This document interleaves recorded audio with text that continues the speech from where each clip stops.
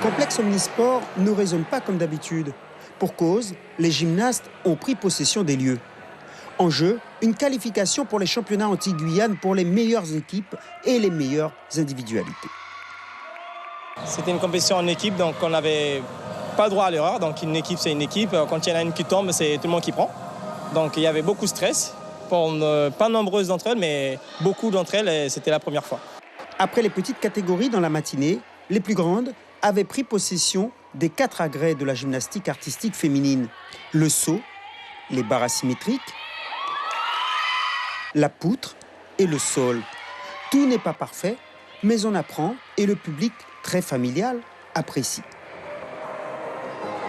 Je vois que c'est complet, il n'y a pas de tricherie là. Ils sont complets, il faut être au niveau, même si ce sont des jeunes filles amateurs. Mais c'est génial quoi, de voir ça. Je les trouve pas mal quand même, dans l'ensemble, par rapport à tout ce qu'elles font. Et je trouve ça bien. C'est fascinant, c'est bien, c'est cool. Il y a vraiment des personnes qui sont très bonnes en fait, dans cette discipline en fait, en Guyane. Et il est vrai que le niveau progresse. Il n'y a qu'à écouter les réactions des participantes qui demeurent malgré tout très réalistes sur les besoins de leur discipline et humbles dans la victoire.